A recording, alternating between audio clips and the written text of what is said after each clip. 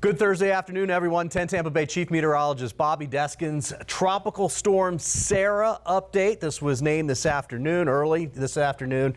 About 850 miles well to the south now of Tampa, Florida. But you can see that's Honduras right there, Nicaragua. And they're going to get a ton of rain down there, especially Honduras. A closer look shows it actually is a pretty decent little envelope of moisture here. And the environment's actually good for development. It's just that the center is going to be so close to land that it's going to be really limited as to what it can do.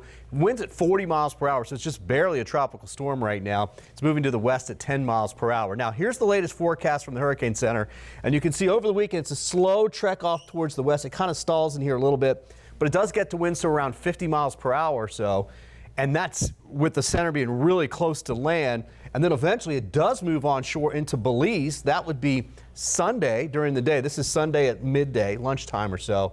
And then Sunday night, Monday into Monday midday, it's crossing the Yucatan Peninsula. And that's really going to wipe this thing out. 30-mile-per-hour winds on the backside. So we'll have to wait and see what it looks like out here.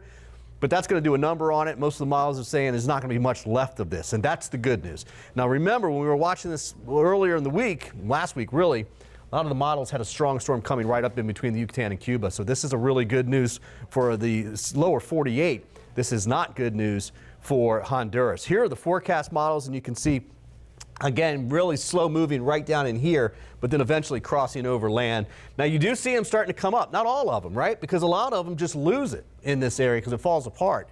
Front comes through, picks it up, takes the remnants towards us. So these lines that are coming towards Tampa, are coming towards Florida, they're really kind of the core of the moisture that's left over more than anything else. This is the tropical storm force winds. They will stay all down to the south. Even Cozumel has a small percentage chance, although I know some friends going out on a cruise there. It's going to be tough to get there, I think, on Monday. But probably still going to be able to do it, but seas are going to be bumpy there for a while. Most of the wind will stay over in the Caribbean side. Again, when it gets out to the Gulf side, there's just not much left. This is our forecast model. You can see as we go through Friday into Saturday evening. Well, that's Saturday morning. Saturday evening, it starts to move on shore, and after that, you see it really broadens the low pressure out. It's a very weak system because it's over land. It's a tropical system. They don't survive over land. So, rainfall, torrential rainfall for Honduras, and we're talking not only flooding, but obviously a ton of mudslide activity there as well with the relief that they have. Belize will get in on some of that as well, even parts of Nicaragua, but that's where most of the rainfall will be. Now, once it gets out into the Gulf of Mexico, it's going to be blocked by this high pressure. At least it is right now, and that's why it's coming further to the west. But if we get into Monday, that high is starting to erode and move off towards the east, and that's going to let this thing move and wrap around the backside of the high pressure system. That's what's bringing the rest of it, the remnants of it, if you will, towards us. And I think that would be by Wednesday for the Florida area. This is the GFS forecast model. There's about where the center would be. The colors here are wind shear. Wind shear is not good for hurricanes. This would shear it apart. And you can see it's not in a very good environment because the winds will be pushing on it. This is Tuesday. That's Wednesday early. And look at all that wind shear. This is the actual cold front coming, by the way.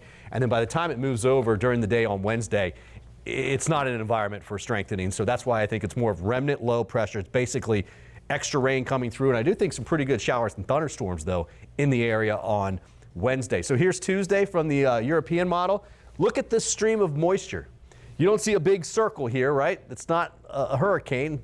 I don't even think it could be a tropical storm. Could be, but barely. I don't think it will be. It's just a stream of tropical moisture. That's Tuesday. And then by Wednesday, that front helps to just funnel it all out ahead of it and give us some pretty good showers and thunderstorms.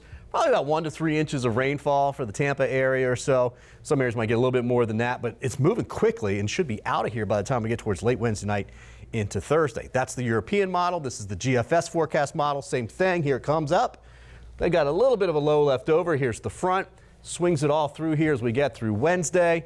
Again, some heavier storms, I think, coming through, and then things will clear out. So showers and thunderstorms on Wednesday for the Florida Peninsula. That's what this looks like to me. Winds, you know, if you look at the models, they're saying 20 to 30 mile per hour winds at the most. So we'll wait and see. This may change a little bit, but right now that's what the models are suggesting. And I tell you what, we're going to have a front come through the Tampa area on Friday, tomorrow, and that'll cool us off for the weekend. That's this air mass here, the brown. This is that warm, muggy air mass that comes back Tuesday night into Wednesday with the rain. And then behind that is an even stronger front with temperatures that are really going to go down. So we've been very muggy here lately. We've dried off a little bit. We will again for the weekend. We get tropical moisture in here for Wednesday, and we go back to fall weather. And look at these forecasted high temps by the time we get behind that system Tuesday into Wednesday. Some days could be lucky to get out of the 60s for highs. The average high temperature this time of year is about 80 to about 79 degrees.